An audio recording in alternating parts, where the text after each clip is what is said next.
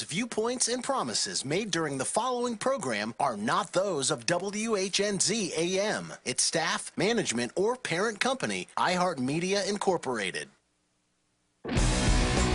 It's time once again for That Business Show with Jamie Meloni on 1250 Wins WHNZ, where business becomes show business.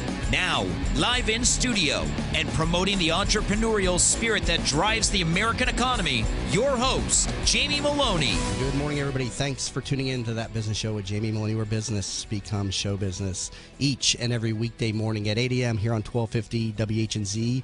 And I invite you to please make this a favorite show of yours, as this is a show with a positive message. So start your mornings off right with a show about business owners, entrepreneurs, and people making a difference in and around the Tampa Bay and regional communities. As always, I invite you over to my website, tampabayradio.com, where you can learn more about the show, see our upcoming guests, as well as all of our past guests via the Guest Network tab on the homepage. And you can see all the shows on demand. We stream all the shows live in studio, so you can see us live here in the studio, as well as the podcast as well. Also, connect with me on all the different social networking sites, facebook.com/That Business Show, as well as Twitter under the handle Jamie_Meloni. I got a great show planned for you today. We're going to be talking all about leadership today with my two guests. On the second part of the show, we'll be talking with Clint Babcock, partner with Sandler Training. So we're going to be talking with him. He's worked with a number of CEOs and presidents on how to help them build their business and enhance their sales forces. And on the first part of the show here, we're going to be talking with Carissa Giblin, who is the co-founder of Voyager Leadership Training, which works with organizations to grow confident, competent leaders through simple, proven techniques. She has over 20 years of experience in technical and production workplaces, as well as roles as manager, consultant, and individual contributor. And she has a unique outlook on the impact of leadership during times of change. Carissa, welcome to the show today. Good morning, Jamie. Thanks for having me. Okay, so you're the co-founder of Voyager Leadership Training. So first of all, talk to me about what Voyager Leadership Training is all about. Well, it's exactly what you said, right? Trying to grow leaders to be more confident and competent in what they're doing. So it's the skills that are going to get them through that day without being stressed about all the change that happens, right? Because it's never just one change that happens. It's constant change that's going on. So how do you make yourself more resilient to what's out there and be able to lead other people through that same type of change? Now, you have an extensive background in leadership. A lot of people probably do. Well, actually, I would guarantee people do not know that you and I actually worked together in my past life as a chemist or chemical analyst. I've mentioned a number of times Cargill, which then became Mosaic. Carissa was an engineer at the facility, and so you sent us many samples each and every day to Yes. keep us busy, and you're always pushing us to get you the results ASAP. But so you were running the animal feed plant at the facility. So talk to me a little bit more about your leadership and your background in leading people. Okay. Yes, I'm glad that you brought up my stressful time in my life. Yes, I did sit with Jamie and wait for those samples to come in. Hey, I was one of the quick guys. I got those samples out quick. You know, maybe not as quick as my friend Alan and stuff, because you used to drive him crazy. He's probably listening right now too. He was always nervous. Alan. He's like, "Carissa's calling, Jamie, hurry! We got to get these out." So Yes, that was my command and control phase of leadership, which obviously did not work. Just a little too stressful to work in that mode of I must know everything all the time and I must stay on top of everybody and what they're doing. I wouldn't say it didn't work. You were definitely a respected leader in the facility, and you the animal feed plant at the time was I think the top producing facility in terms of the volume that it was driving to the company. The results were good, but I wasn't good. And frankly, some people did not like me. Mm-hmm. And it wasn't until I realized with a couple of my mentors saying, you know, you need to look at what's going on. This isn't really your style. And turn it around where now, or at the time, it was, no, let's trust people. Let's trust in what's going on and not have to always be on top of everything. Other people, you're there to inspire them and to work with them. You're not there to dictate what they should and shouldn't do. They have enough experience. And until I did that and really just kind of took a breath, sat back and started really focusing on those emotional intelligence skills, that is what we teach now, because we don't teach things that we haven't done ourselves. I don't try to bring the brand new terms in. I do what we've done, what worked for us. And But now actually. your background, though, is in engineering, and we used to joke in the laboratory all the time that engineers they're a different breed of person. Yes. You put them in management and you expect them to lead people. They're just programmed a little bit differently. So was that part of the problem? You're just always thinking engineering-wise? Yes, I do have a very logical side to me, but I was able to speak. Obviously, yes. Non-engineer speak, so I could relate to people, but I wasn't using that part of myself. I wasn't being very natural with what I was doing. The first time, I remember just being so naive with it. One of the supervisors had told me, he was testing me, and that's what you do. You test people to see where they're at. Had told me to go down very early on. I'm almost embarrassed about this, but said, go down and tell those guys that they're not working fast enough. Right. And then they would come over to the lab and complain, does that Chris over there, man, she's coming out of school here and complaining we're not working hard enough. But go ahead, finish. It was ridiculous now, but at the time it was like, I was overwhelmed. I wanted to do good. I wanted to show them. And a very seasoned employee got right up in my face and explained to me that that's not the way. Hey, those guys, group. Yeah, the union guys over there, they're obviously many years in the business, and we heard it all the time in the laboratory. They'd come over there complaining about the engineers, especially the ones fresh out of college, the ones that had to come in there and make a name for themselves. It was a kind of throwing to the wolves. I had done team competitions in college, but nothing was to the extent of what I did out there. I mean, it took a while to really just sit there and listen to what people were saying and just really listen and listen to myself, right? We call it the 5-minute pause in our leadership. So you get away from the fight or flight part of your brain and focus on get the front end to work where your logic is, right, and not really give your instant reaction. Usually your first reaction is not the best. You need to give yourself that 5 seconds and think about what you really are doing and what the impact is. So. Yeah, that was a mistake that we saw made consistently over and over again was the engineers coming out of school, they had their processes and their procedures that were in the textbooks, and they would come over there and you got these guys 25, 30 plus years in the company, and they're trying to change all these procedures and processes, and they're trying to explain to them that, hey, this doesn't work, and the engineer, I'm educated and this works. And so obviously that is a challenge for a new engineer to learn how to lead people at that level. And that's how I think I did. I think, the plant manager who hired me saw that in me, was that I was willing to listen.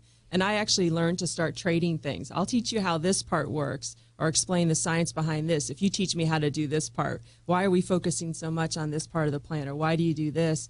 And so I started trading knowledge, or I'd give them the background and scientifically that they were curious about, but then, they would also teach me. So just asking a ton of questions. And I had a sense of humor about it, too. At least, thankfully, I had that. Otherwise, I would have been banging my head against the wall. I find it interesting that you went from engineering now to a school or a program that teaches leadership. How did you make that transition? Because so many engineers, I wouldn't think, would make that type of a transition.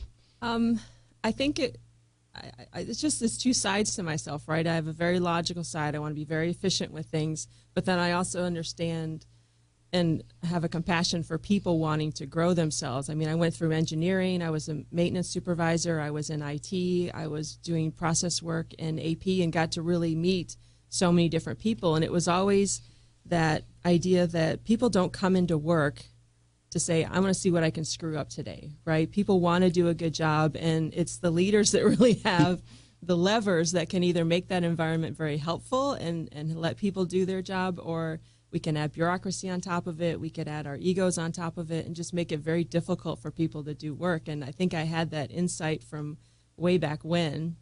And now I get it. I understand that, the leader isn't telling people what to do. It's inspiring them to do their best, giving them guidelines, but then getting out of their way, letting them do what they need to. So it's been exciting to go and train people on this and share that there is another way out of it. You don't have to come into work stressed. You don't have to just be constantly on and know everything. You can say, I don't know. And we teach people stuff. We teach them what are we call it the thumbs up, thumbs down. When people are reacting to a change in a negative way, whether they're stalling you, whether they're attacking you, you don't take it personally. It's them saying, I don't like what's going on, help me, in so many words. And we teach what are those behaviors, and then what do you do? How do you get people out of that mode so that they can be more productive again? Okay, so when did you start Voyager Leadership Training? When was this? In August of last year. And did you go to any training schools, or did you just make the transition right out of Mosaic and launch the company? Well, we had done, when I say we, my partner, Carrie McCollin, and I, who actually did work for Mosaic also, both of us had done training pretty much in the company. Whenever there was something that had to go out, it was always, Carissa, can you want to do it? And I love doing the HR training when we talked about. Okay, so your training and your inspiration for the company then was as a result of your experiences at Cargill, which then became Mosaic. Yeah. Am I correct? And it was something I always wanted to do. I always wanted to get into it. I was challenged where I was, but it was always that thing of, this is what I really want to do. This is what I'm passionate about. And it wasn't until, again, a year ago that I said, I'm ready to do this. And I actually took 5 months to just travel the world and just see what's going on. And when I came back from that trip, because it was solo, my confidence was just sky high. And I said, just do it. This is your time to go do it. I want to hear more about this story. You have some interesting points to that story here. Got to take a quick break, but if you're just tuning in, we're talking with Carissa Giblin, co-founder of Voyager Leadership Training. Learn more about her and her company over at VoyagerLeadershipTraining.com. And again, you're listening to That Business Show with Jamie Meloni, where business becomes show business. Bud Spriggs and Movement Mortgage want you to experience the thrill of one-day underwriting and the comfort in knowing your loans will be clear to close in record time. While the competition looks to a lost closing date, Bud Spriggs and Movement Mortgage focus on their 12-day clear to close. They do this by utilizing their world-class operations staff to underwrite your loan within 6 hours, process your loan in 12 days, and have your loan closed in time. Underwritten in 6 hours, cleared to close in 12 days. Bud Spriggs and Movement Mortgage. Hey there, it's Lynn Wise, the founder of Wise Business Advisors and Contractor Business Alliance. I am a certified value builder advisor, and I help business owners build a company that will allow them to have the business that they dreamed of when they started. Why did you go into business for yourself? I'm sure it was not to work 100 hours a week with no work-life balance and no financial freedom. What am I talking about? I'm talking about building a business that provides value to you and your family now and in the future. You can learn about the 8 essential areas of a business that you must build to have a business that can be an asset for your future. Go to wisebusinessadvisors.com and take the Value Builder score. It is free and will deliver your score immediately on how you are doing on building a valuable business for you and your family. Or call me at 772-834-8513 to learn more about the Value Builder system. Tampa Bay weather is a roof killer. That's why when getting your roof done, you want it done right. Hi, I'm Jamie Meloni of That Business Show. When considering a new roof or repair, talk to Westfall Roofing. They've been installing high-quality roofs in Tampa Bay for over 25 years. Get a free, no-obligation estimate by calling 855-99-ROOFING. That's 855-99-ROOFING. Find out what already 15,000 satisfied customers already know. Call now, 855-99-ROOFING. Are you in need of new flooring or ready to tackle that home remodeling project? Then contact Yeager & Company Incorporated, a family-owned, state-certified general contracting business with over 70 years of experience and the recipient of the Angie's List Super Service Award for the last 8 years in multiple categories. Yeager & Company comes to you with their shop-at-home flooring sales service, and their hardwood flooring refinishing is the very best in the Bay. Kitchen and bath design featuring American-made, well-born cabinets, and all work is done by employees, not subcontractors. Learn more at YeagerFlooring.com. Have you considered a reverse mortgage as part of your retirement financial plan? For homeowners age 62 or older, a reverse mortgage from Access Reverse Mortgage is a safe, economical way to turn your home's equity into cash or monthly income. Access Reverse Mortgage is a family-owned company based right here in the Tampa Bay area for the past 10 years. They are A-plus rated by the Better Business Bureau and Florida's leading reverse mortgage provider. Call 727-347-0305 or go to accessreverse.com to start your research today. NMLS number 4566. That's 727-347-0305. Are you looking for a local real estate firm that knows the market and has your interests in mind? Then contact Jim McPeak at McPeak Real Estate Firm, a family-owned business whose agents have over 60-plus years of experience in the Tampa Bay market. Many of the agents are military veterans that know the VA process for buying a home and are proud to help our military members in any way they can. From residential to commercial real estate, McPeak Real Estate Firm is here to help. Contact Jim at 813-495-3875 and learn more at McPeakTeam.com. From the Bright House Networks Traffic Center. Couple big problems on the roads around Tampa Bay. First one now, northbound I-75 at I-4. It's the exit ramp to eastbound I-4, overturned vehicle there. Also in St. Petersburg, one on Gandy Boulevard at 275. That's blocking a couple lanes, making traffic slow on northbound 275. And in Tampa, crash along eastbound Bush Boulevard at 20th Street. See traffic problems, called the Injury Firm of Abraham Son and Uterick Hillsborough traffic tip line at 866-545-9595.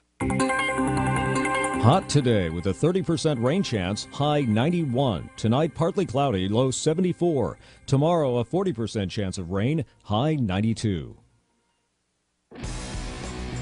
You're listening to That Business Show with Jamie Meloni on 1250 Wins WHNZ. Once again, here's your host, Jamie Meloni. Welcome back, everybody, to That Business Show with Jamie Meloni, where business becomes show business. Again, each and every weekday morning here on 1250 WHNZ at 8 a.m. So I invite you to make this a favorite show of yours. And it is a show with a positive message about business owners, entrepreneurs, and people making a difference in and around the Tampa Bay and regional communities. And if you're interested in making an appearance on this show, I invite you to please contact me. Easiest way to get me, contact form on my website, tampabayradio.com, or you can send me a direct email, jamie@tampabayradio.com, and let me know what it is that you're doing in the community and why you'd like to make an appearance. The show is growing quite nicely, and more people are talking to me about it each and every day and just having a lot of fun doing this show every morning here on 1250 WHNZ. Currently talking with Carissa Giblin, co-founder of Voyager Leadership Training. Learn more about her and her company at the website voyagerleadershiptraining.com. And Chris, in the last segment, we were talking about your history as an engineer at Cargill, which then became Mosaic. And then you said you ended up, it was a stressful time in your life, and then you ended up leaving, and then you went on a trip. Tell me a little bit about this trip and how it inspired you to start your company. Yes, it's one of those American things where we don't get very much vacation, as I learned in traveling in other countries, that they get a whole lot more paid vacation. But the deal for me was not to have any goals around it, but I really learned to trust myself. Probably the easiest part was Africa and Europe, because I had been to Europe before, and that wasn't as big of a deal. It was just fun. When I went over to China, over to Asia, and was heading to a place in Sri Lanka, it was a meditation center where you weren't going to speak while you were there, which for me, as you know, as a quite talkative person, that was going to be a challenge. And it took me about 56 hours to get there, where it was only supposed to take about 24, airplane and everything else. So I was pretty jet lagged and stressed. And the morning I woke up in my hotel room and over on in the capital of Sri Lanka, Colombo, I had a panic attack because I was going to do 4-hour taxi ride into the center of Sri Lanka, not knowing where I was going. I don't know the taxi driver. I just met him at the airport the day before, and I was stressing out. And I was going to a place where there were leeches and no electricity and possibly no hot showers, anything like that. It was totally foreign to me. And I had mapped out on Google Maps where I was going, because I was like, I'm going to follow. And somehow I thought that I could tell whether this cab driver was going to take a wrong turn or not. I don't know how I thought I would know this, but actually he had passed the intersection. They said, go to the bus station. I forget what it was called. And that's where they're going to leave you. And then a little three-wheeler was going to take you up into the mountains because a car couldn't. And I take it they don't have the GPS of devices on the windshields in the area, correct? No. And he didn't exactly know where he was going either. But I saw the sign, and it wasn't a bus station. Like a bus station has like a couple buses and like a diner. This was a bus stop. It was a concrete block with a thatched roof. And he left me there, and a three-wheeler had gone by, and he had talked to him. He says, oh, no, his brother's going to come get you in about 15 minutes. So I'm sitting there with all my luggage and my mosquito netting and my eucalyptus oil to keep the leeches away, and going, what the heck have I done? No one knows where I am. I'm sitting here waiting. And it was kind of a moment where I said, you're going to be fine, right? Trust yourself. It's going to be okay. You know, whatever's going to happen, it's going to be an adventure.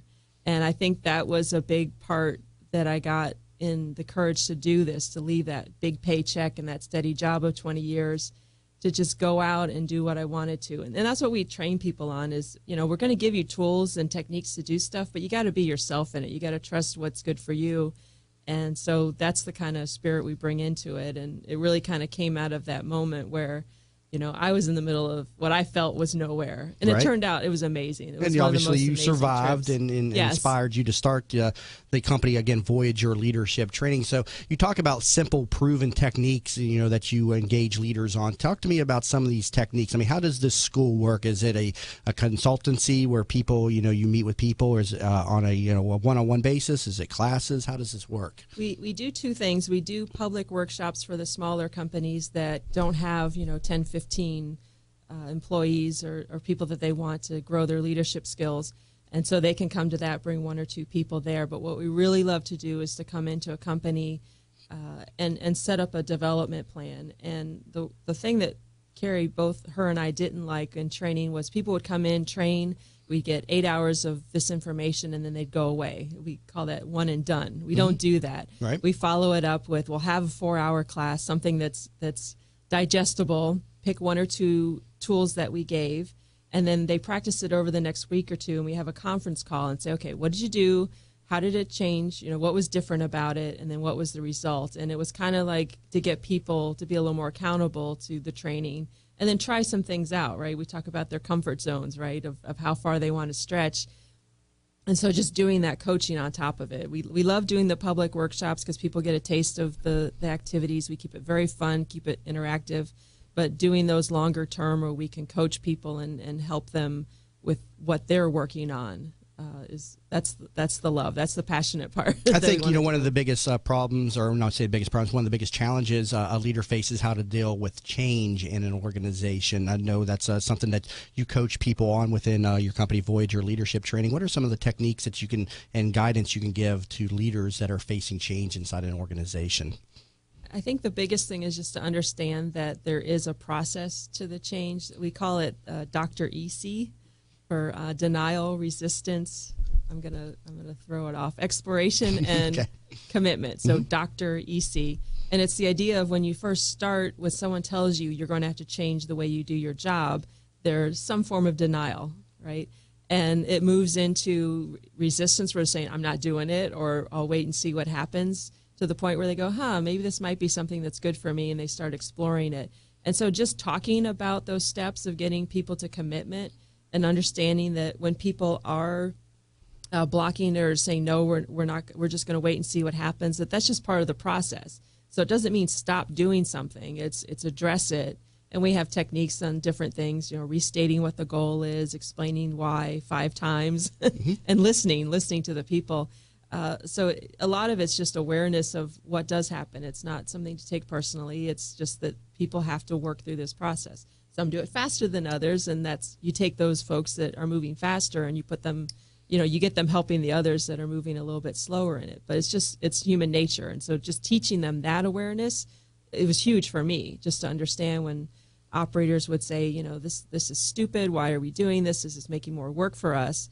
I took it personally, and it wasn't. That's not what That's not what a leader should be doing. Yeah, you have to address what's going on and find out why. Yeah, that's a good coaching point, is explaining to the engineer versus the operator out there. There's differences in the communication. The engineer is probably going to be a very professional, on point type of communicator, and the operators, the people working, in the facility, are going to be much more rough with their communication styles. It's just like you're saying, "Oh, this stinks," or "What the hell are you doing?" type of I don't know. There's some engineers that some of them, yeah, but I think too. a lot of them are kind of prim and proper, and they communicate. I mean, obviously that the type of person they're talking to is going to draw out maybe a different component of their personality. But do you find, in your training with Voyager Leadership Training, that you're using a lot of the stories and skills that you developed through your years as an engineer? Yeah, definitely. I mean, I had a second chance. I had left the animal feed area to go do some specialty work just in training for the company. And then they asked me to come back and work with animal feed again, and that's when I had made my shift. So it actually was like a second chance that I got to work with the guys, and I call them guys. There were a couple of females there too, which was great. I appreciated that. and got to know them and really do it the right way. So did you face a lot of challenges as a female in the facility because it was primarily a older male operated facility? Did you have a lot of problems overcoming that? No, I think so. They was, respected you as a female leader. I think it was more that I was young and that I had this I know what to do kind of feel to it. Right. That until I changed that, which is just a general idea that people do, right? When you come in and you think you know everything, you don't.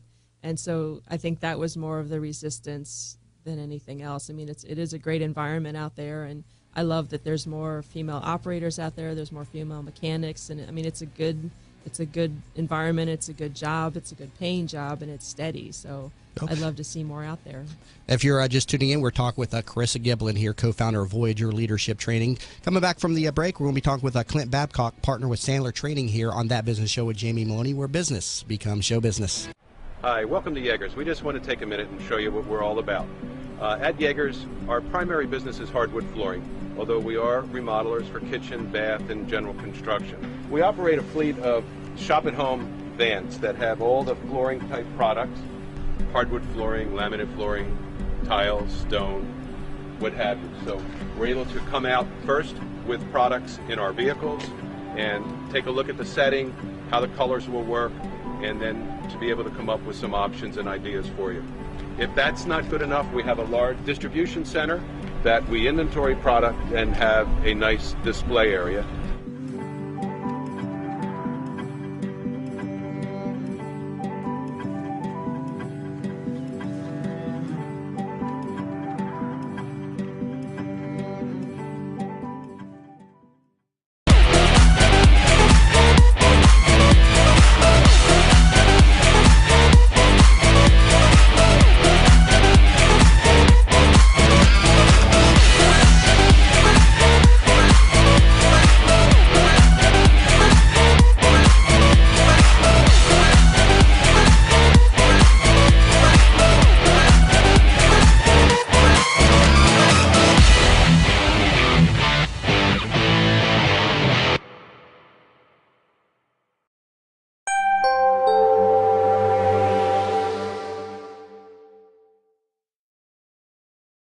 Is available 24/7, unlike Billy, my boyfriend, who is apparently available 24/never. And with Geico's claim status update, after I report a claim, I receive update alerts through my Geico app. Did you hear that, Billy? Update. Alerts. I sure would like to be updated on why you can't return a text. Maybe I should just be dating Geico. Claim status updates, just a few taps away on the Geico app. From the Bright House Networks Traffic Center. Big problems on northbound I-75 at I-4. The exit ramp to eastbound I-4 is closed due to an overturned vehicle. Going to want to exit before that, maybe at State Road 60 and divert around that area. Also in St. Petersburg, a couple accidents along Gandy Boulevard near 275, one at 16th Street and one on the exit ramp, both of them involving overturned vehicles there. See traffic problems? Call the injury firm of Abraham Son and Uterick Hillsborough Traffic Tip Line 866-545-9595. 1250 winds weather center forecast. High today in the low and a few mid-90s inland to the south. Rain chance back up to around 30-40%. Scattered showers, possible storms. And the low tonight mid-upper 70s. Impact Radio 1250 winds, WHNZ. You're listening to That Business Show with Jamie Maloney on 1250 Winds WHNZ. Once again, here's your host, Jamie Maloney. Welcome back, everybody, to That Business Show with Jamie Maloney, where business becomes show business. Again, each and every weekday morning at 8 a.m. here on 1250 WHNZ.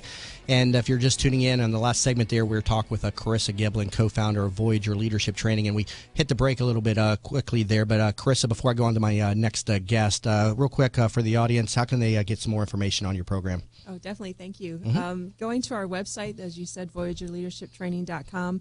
It's not up there yet, but if you sign up for our blog, we will send you 5 things a leader should do on their birthday every year to be better. So Very nice. Sign up. VoyagerLeadershipTraining.com, and we'll get that up on the show recap, that offer as well, over at TampaBayRadio.com. Carissa, great discussion. Thank you very much for stopping in this morning. Thank you, Jamie. We'll go and bring on my next guest for the show. Clint Babcock, partner with Sandler Training, has worked with CEOs and presidents of various companies to help them strategically build their businesses and their sales forces. He's worked with hundreds of sales teams and thousands of salespeople.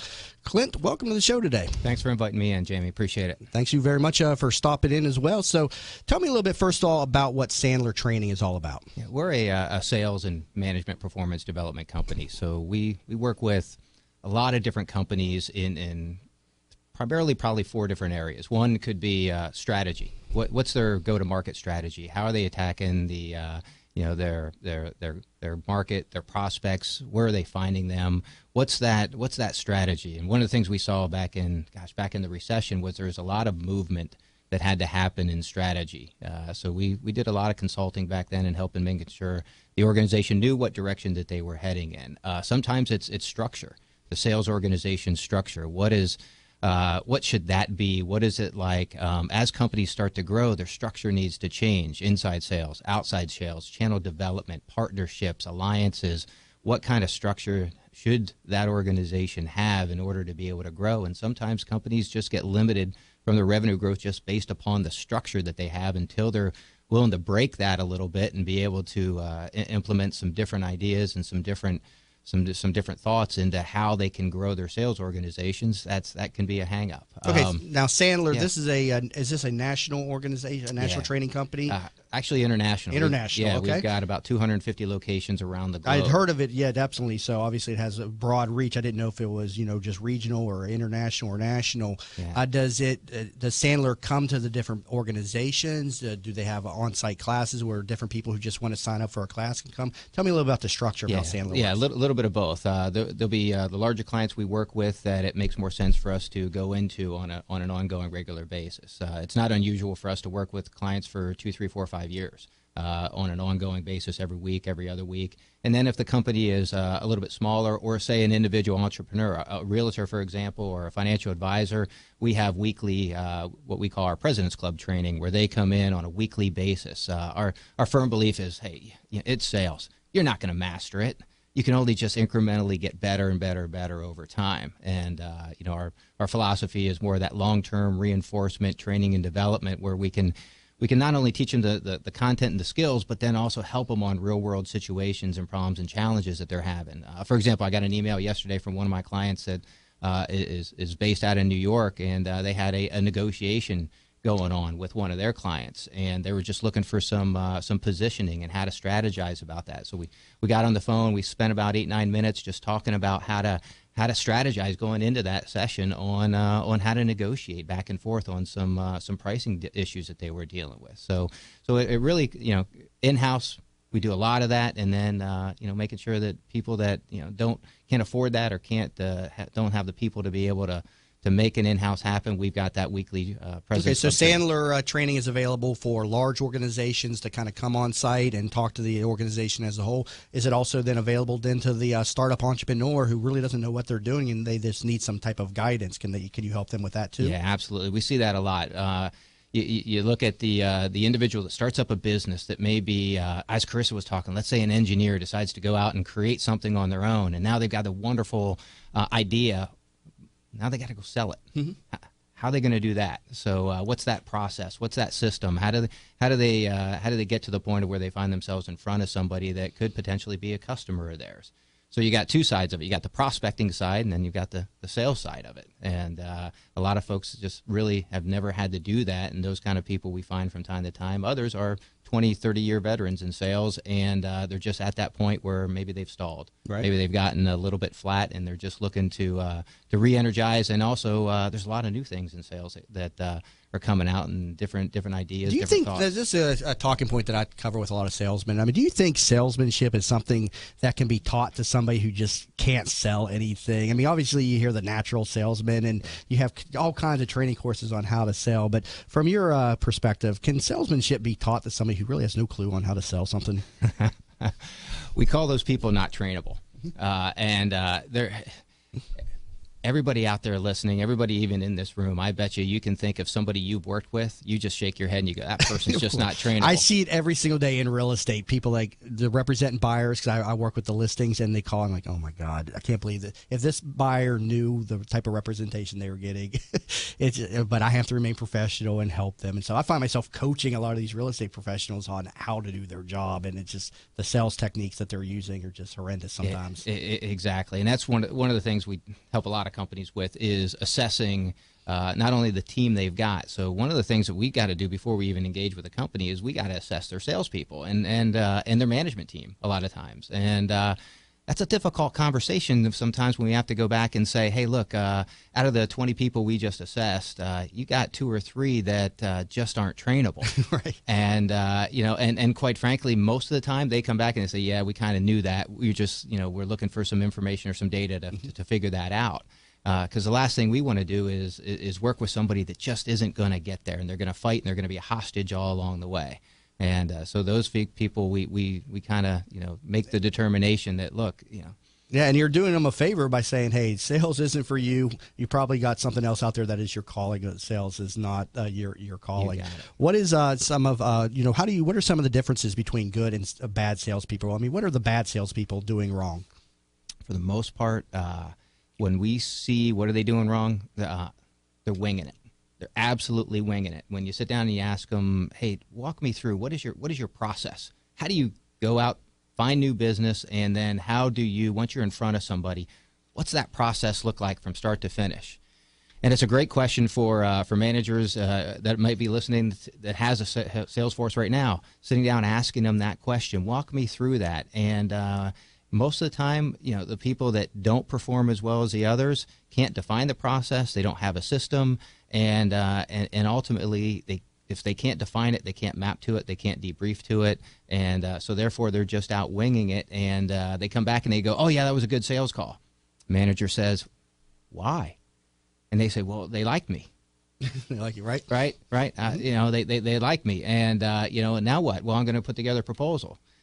And that's it. And they don't have any sort of understanding about what they were looking for in that sales call, what that process was, and therefore they end up doing a lot of quote and hope strategies, and it just ends up, not being able to close business as good as they should, or be able to qualify or disqualify the business. Either way is fine, but they just don't have a process to go through that. And we see the lack of efficiencies in sales all the time.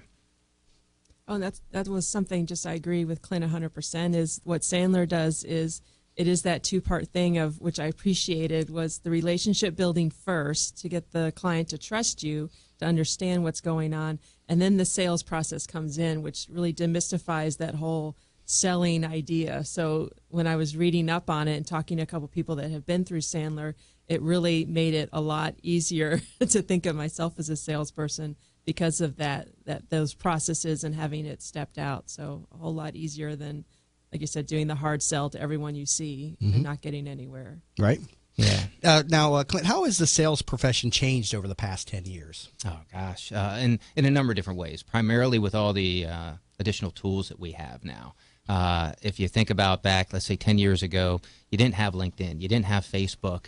At this point, and one of the things that we're talking to all of our organizations and clients about is you can't just be an out-and-out sales person. You got to embrace, you got to have some marketing background. You got to start looking at all the different tools that can be used in order to be able to build your brand, build your positioning, and not just as a company, but also as an individual. Right now, Jamie, how many different medias are going out besides this radio broadcast about this show? Oh, it goes on my Streamcast right over there. It goes out on the WeBeam TV, which is their site. Then I put it up on all the different social networking sites. So the radio is just one component to my show, actually. Exactly. Same way with a sales professional. They got to have a diversified way of being able to get out in front of opportunities, find out what's happening in their industry, in their marketplace, and not just sit in the phone and make cold calls all day long. Nothing wrong with cold calls for the right individual or the right company, but there's a lot more efficient ways of going about doing it and using the technology, using the social medias, using CRMs in order to make them more efficient. And I got a bunch of salespeople right now going, oh no, not CRMs. But if you're used right and implemented right, whether it's Salesforce.com, Microsoft Dynamics, or just Outlook. If you're using those right, they're going to make you a lot more efficient. A lot of different tools out there that we just didn't have 10 years ago. What are some of the biggest issues facing business owners and sales professionals today in regard to growing their businesses? Gosh, well, when we talk to business owners about that, there's two things that come to mind. Number one, the marketplace is a lot more competitive than it used to be. It seems like they are dealing with more competition from a larger range and larger geographic area than they ever had to before. And which leads into differentiation. How are they going to differentiate themselves from the competition? And that in and of itself, if you've ever heard of Simon Sinek? No. Simon Sinek did a wonderful talk. It's a great TED talk out there about the how, the what, and the why somebody does something. And when it comes down to it, a lot of the companies, what they do is very similar. It's hard to differentiate for the marketplace to determine what's different. And really what part of it comes down to is that part of engagement that the sales professional is going to go through. Nobody will ever judge you as being better until they see you as different. Mm-hmm. And if they see you as different through that sales process, through that interaction, then they have the belief that you're better than somebody that's trying to commoditize your products or services that you have. Yeah, I mean, you touched on a great point there. There's so many cliches out there, the keys to success. And whenever I'm talking about this with other, leaders and friends, and I always say, there's a lot of keys to success, but differentiation is the true key to success. How are you different than me when I'm competing against you for that contract or for that job in that interview? It's what you can do that I cannot do, or what you know, or who you know that I do not know, that will set you apart. And differentiation is the key to success, and something that everybody needs to focus on when they're trying to succeed in whatever it is that they're doing. I mean, that's just a great point that you raised right there. Mm-hmm. When we get in front of new groups, sometimes we'll ask them, we'll take them through that exercise. Hey, what differentiates you from your competition? Mm-hmm. And we'll write it up on the board, and we'll get everything from service. You hear the standard talking points. Exactly. Longevity, right. You name it, and then we say, okay, all right, let's scratch out your name and then put your top 2 or 3 or 4 competitors. Can they all say the same thing? Right. And sometimes, funny enough, one of the person says, yeah, I used to work at that competitor, and yeah, we said the same exact thing. Yeah. Yeah. And that's, speaking along the lines of differentiation, obviously realtors have a challenge with, because that's what I do in my day job, differentiating themselves from other realtors. The radio is one way that I differentiate myself. It's one of the reasons why I come in here each and every morning. It's to elevate myself against my competition, and it's something that I can just tell a client that, hey, I have a radio show. It automatically gives me a level of credibility and differentiates me from my competition. I don't even have to say anything else. They don't even have to tune into the show. The fact that they see that I have a radio show automatically gives me credibility. It's like writing a book. That's another great way to differentiate yourself from your competition. Just say, hey, I've written a book. They ain't going to read it, but the fact that you have right. it sets you apart from your competition. I got to take a quick break, but we're talking with Clint Babcock, partner with Sandler Training here on That Business Show. Coming back from the break, I want to talk with Clint about some of the mistakes that managers make when leading a sales team. And again, you're listening to That Business Show with Jamie Meloni, where business becomes show business. Bud Spriggs and Movement Mortgage want you to experience the thrill of one-day underwriting and the comfort in knowing your loans will be clear to close in record time. While the competition looks to a lost closing date, Bud Spriggs and Movement Mortgage focus on their 12-day clear to close. They do this by utilizing their world-class operations staff to underwrite your loan within 6 hours, process your loan in 12 days, and have your loan closed in time. Underwritten in 6 hours, cleared to close in 12 days. Bud Spriggs and Movement Mortgage. Hey there, it's Lynn Wise, the founder of Wise Business Advisors and Contractor Business Alliance. I am a certified value builder advisor, and I help business owners build a company that will allow them to have the business that they dreamed of when they started. Why did you go into business for yourself? I'm sure it was not to work 100 hours a week with no work-life balance and no financial freedom. What am I talking about? I'm talking about building a business that provides value to you and your family now and in the future. You can learn about the 8 essential areas of a business that you must build to have a business that can be an asset for your future. Go to wisebusinessadvisors.com and take the Value Builder score. It is free and will deliver your score immediately on how you are doing on building a valuable business for you and your family. Or call me at 772-834-8513 to learn more about the Value Builder system. Tampa Bay weather is a roof killer. That's why when getting your roof done, you want it done right. Hi, I'm Jamie Meloni of That Business Show. When considering a new roof or repair, talk to Westfall Roofing. They've been installing high-quality roofs in Tampa Bay for over 25 years. Get a free, no-obligation estimate by calling 855-99-ROOFING. That's 855-99-ROOFING.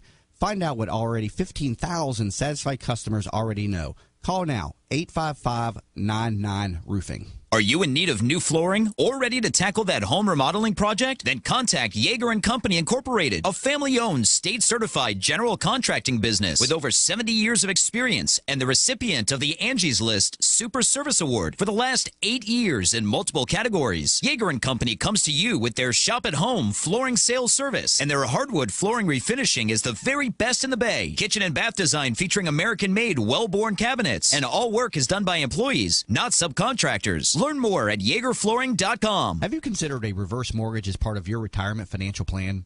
For homeowners age 62 or older, a reverse mortgage from Access Reverse Mortgage is a safe, economical way to turn your home's equity into cash or monthly income. Access Reverse Mortgage is a family-owned company based right here in the Tampa Bay area for the past 10 years. They are A-plus rated by the Better Business Bureau and Florida's leading reverse mortgage provider. Call 727-347-0305 or go to accessreverse.com to start your research today. NMLS number 4566. That's 727-347-0305. Are you looking for a local real estate firm that knows the market and has your interests in mind? Then contact Jim McPeak at McPeak Real Estate Firm, a family-owned business whose agents have over 60-plus years of experience in the Tampa Bay market. Many of the agents are military veterans that know the VA process for buying a home and are proud to help our military members in any way they can. From residential to commercial real estate, McPeak Real Estate Firm is here to help. Contact Jim at 813-495-3875 and learn more at McPeakTeam.com. From the Bright House Networks Traffic Center. Earlier problems along Gandy Boulevard in St. Petersburg near 275 and 16th Street. Those accidents moved off to the side.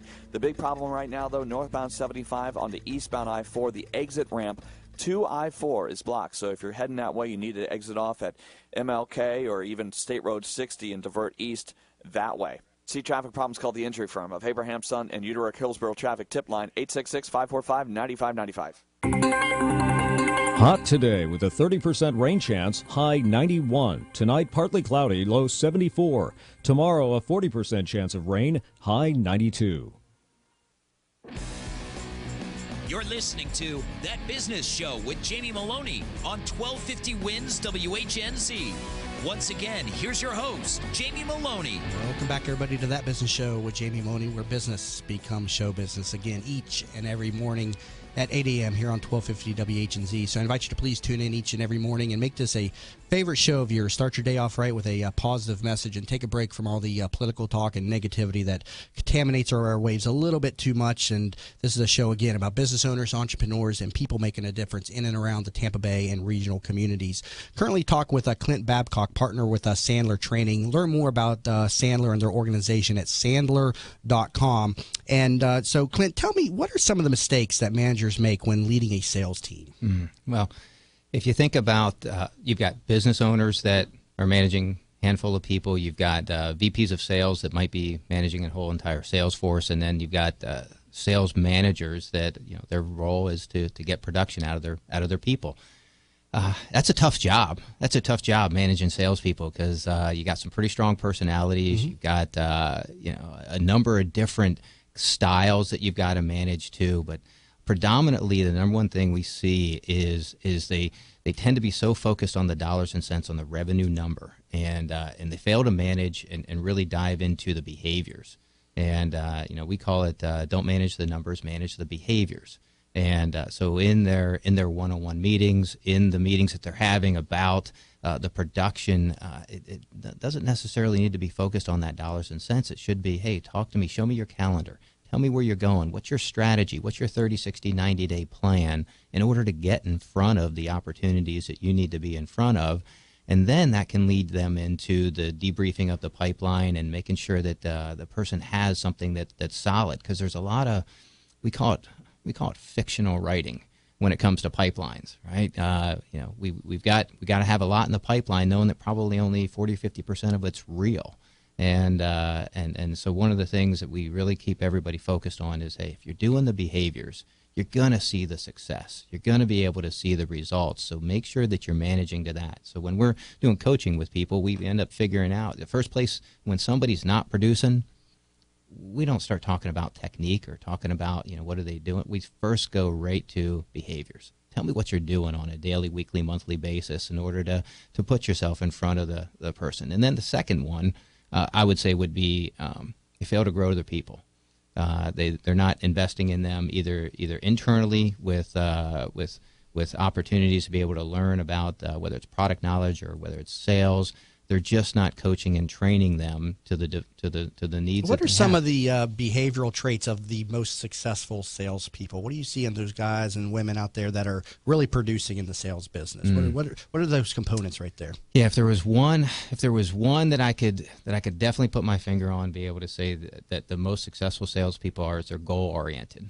They absolutely set goals that are usually higher than whatever anybody else is going to give them. And then they consistently map and do everything drilled towards those goals. One of the assessments tools we use really helps determine somebody's ambition and drive. And that's a question we get is how do I determine whether I should hire somebody or whether I shouldn't, whether they have the drive or not. And it's tough to find out that information in an interview.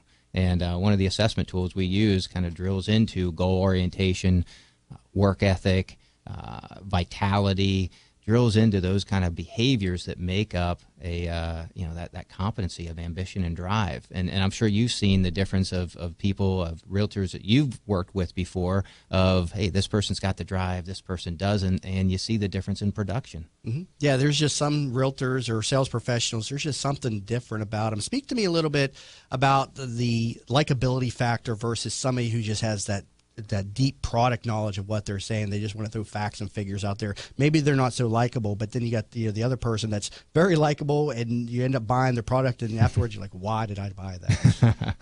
Yeah, well, I mean, you're talking about that rapport building skill, right, and that and the ability to build trust, and that is first and foremost, people buy from people they like, and people buy from people that are like them, and people buy from people that like them. So there's a lot of adaptability that has to happen. You've always heard sales is acting, and you got to be able to adjust and adapt. And the people that are very, very engaging and likable have that ability. Carissa mentioned emotional intelligence, emotional quotient, that ability to be able to connect with anybody. Jamie, have you ever heard of DISC, D-I-S-C? Yes, I'm a high D, as a matter of fact. No. Yes. Well, you're a high D and I. Yes, we did that actually at Cargill and Mosaic. Yeah, speaking back to what Carissa was talking earlier. But yeah, I was a high D. Yes. There you go. So somebody interacting with you and trying to sell you has to have a little bit faster pace to them. Right, where the next person they meet, they may be a little bit more analytical and a little bit more on that engineer side. So that ability to adapt and adjust, to be able to get along with a lot of different people, really is a core skill set of salespeople, and that ability to connect. There's a lot of ways to do that, and there's a lot more psychological ways than just walking in. One of the things that people tell us all the time is, they walk into somebody's office and they bring up something that's in the office, and we try to tell them, hey, look, it's probably not your best bet, because the other 1,274 salespeople that were there before did that same thing, and now you look like everybody else. And you've not even differentiated yourself right from the first 3 or 4 or 5 minutes.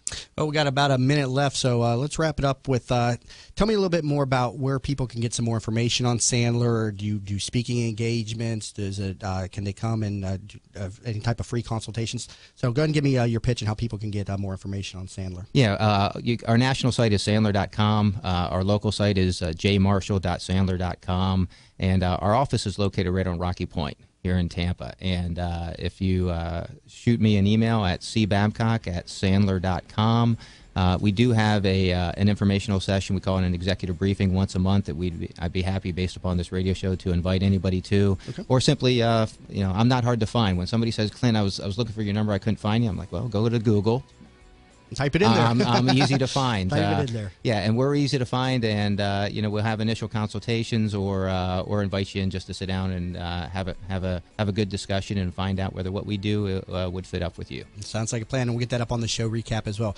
Clint, great discussion. Thanks for coming in this early Friday morning. Thanks for inviting me in, Jamie. Absolutely. Appreciate it. That was Clint Babcock, partner with Sandler Training here on That Business Show. Learn more about them at sandler.com. Also, thank you to Carissa Giblin, co-founder of Voyager Leadership Training. Learn more about them at voyagerleadershiptraining.com. Hope everybody has a great Memorial Day weekend. I'll be back in here next week at 8 a.m. So, again, you're listening to That Business Show with Jamie Maloney, where business becomes show business.